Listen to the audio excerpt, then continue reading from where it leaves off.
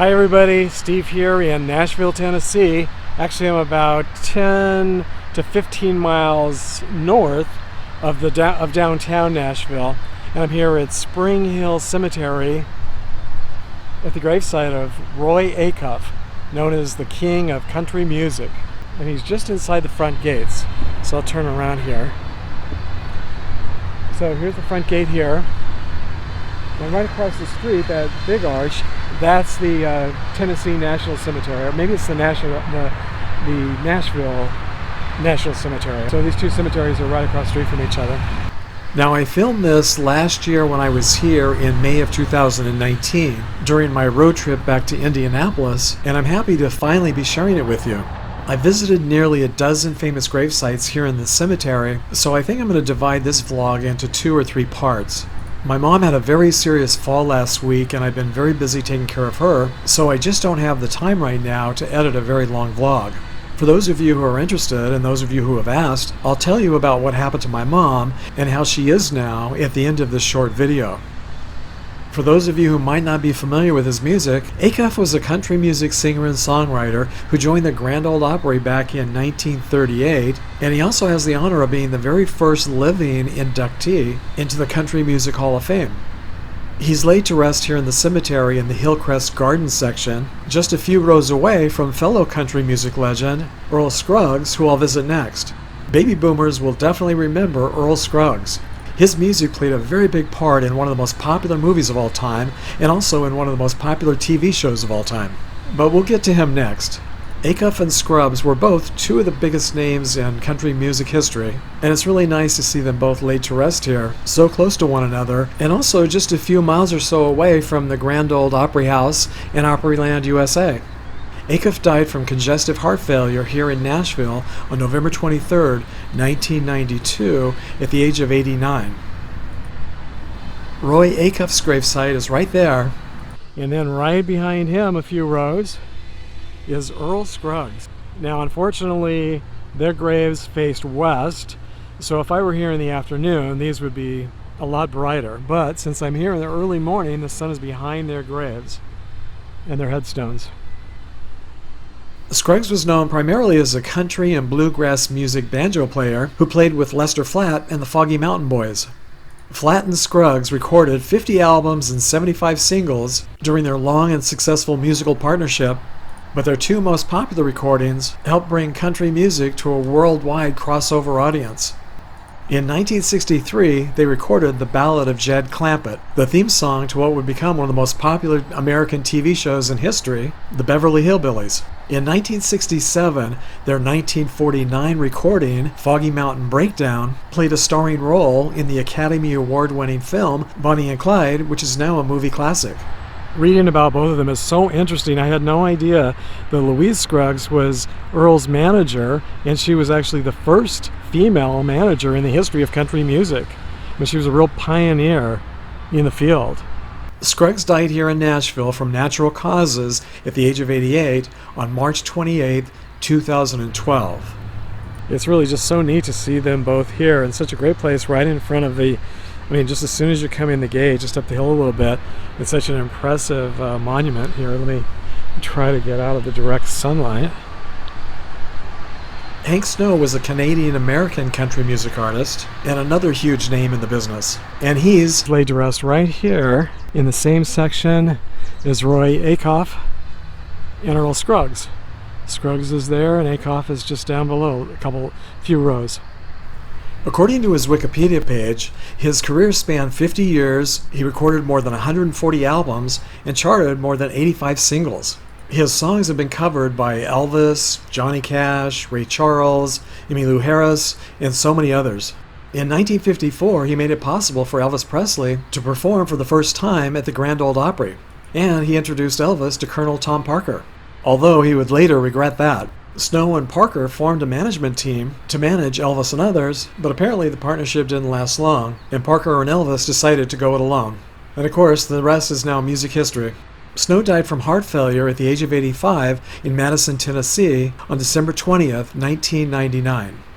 And just a short distance to the north is the Odom family plot, and they also have a connection to Hank Snow and the Grand Ole Opry. I think this is pretty cool that Odom's Tennessee Pride Country Sausage is, I don't know if it's advertised or I guess the history is told right here in the cemetery, right next to the modern farm boy. So there's a little statue of the modern farm boy. I've never had this sausage before. Have any of you? Okay, so after reading this, it says Tennessee Pride became a sponsor of the Grand Ole Opry in 1956. The farm boy remained a huge backdrop for the Opry stage until 1982, when it came down to be awarded in souvenir portions to donors of the Hank Snow Foundation for Abused Children. This says, imagine yesteryear on a Friday or Saturday night broadcast of Opry music, hearing that familiar slogan, take home a package of Tennessee Pride. For 3 generations and nearly 70 years, the Odom family provided sausage for Tennessee and countless families across America and beyond. As such, Odom's Tennessee Pride Country Sausage became a household name and can still be purchased today in stores and institutions throughout the U.S. Okay, so here are the Odoms.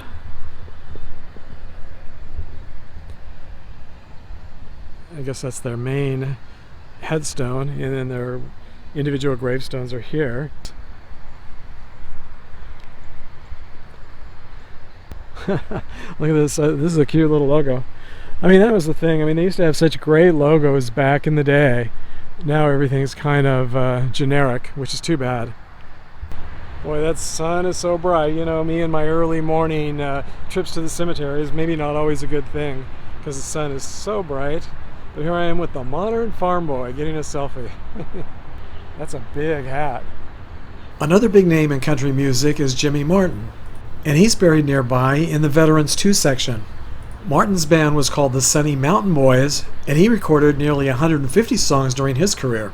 Now, I've just come to expect lawnmowers every time I visit a cemetery, so I hardly even notice them anymore. I hope you aren't too distracted by the lawnmower sound. They're just, if it's not a weed whacker or a tree trimmer or a lawnmower, I wouldn't feel like I was in a cemetery. So, now Jimmy Martin, I'm not really familiar with him. It says he was a self-described poor boy from Sneedville, Tennessee, and he was dubbed the king of bluegrass music during the 1970s. It's pretty cool that he's also just right here inside the front gate and just right across the street from Roy Acuff, and up the hill, Earl Scruggs. It's kind of cool that they're all here together. Martin was diagnosed with bladder cancer and died here in Nashville at the age of 77 on May 14th, 2005. According to the GPS, this is where Kitty Wells is laid to rest in one of these unmarked graves, which is kind of sad, I think. I think it was this one here, according to the Find a Grave Memorial, but over the years, the name is worn off, I guess. So it's in the same section as Earl Scruggs and Roy Acuff, just to the left of the front gate instead of to the right, like the others. Kitty Wells is considered to be the first queen of country music. She was the first female country singer to top the U.S. country charts. She was the first female country superstar, and she broke just about every record you can break and won just about every award you can win as a female country singer and songwriter. She lived to be 92 years old, dying from complications of a stroke in Madison, Tennessee on July 16, 2012.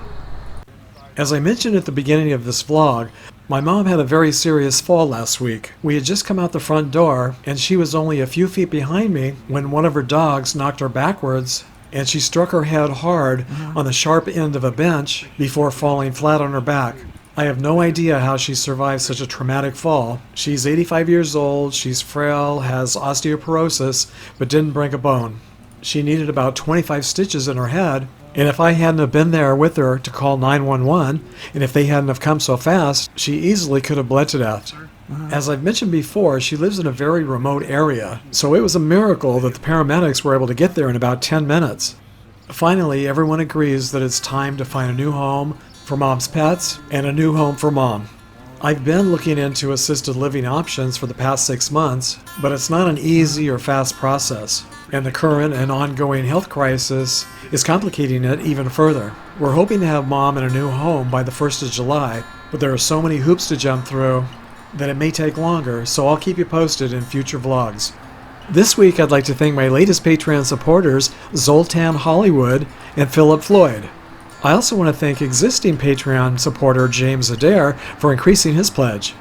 So thank you Zoltan, Philip, and James for your very generous contributions. Until our next trip down memory lane together, which should be part 2 of this cemetery, happy travels everyone.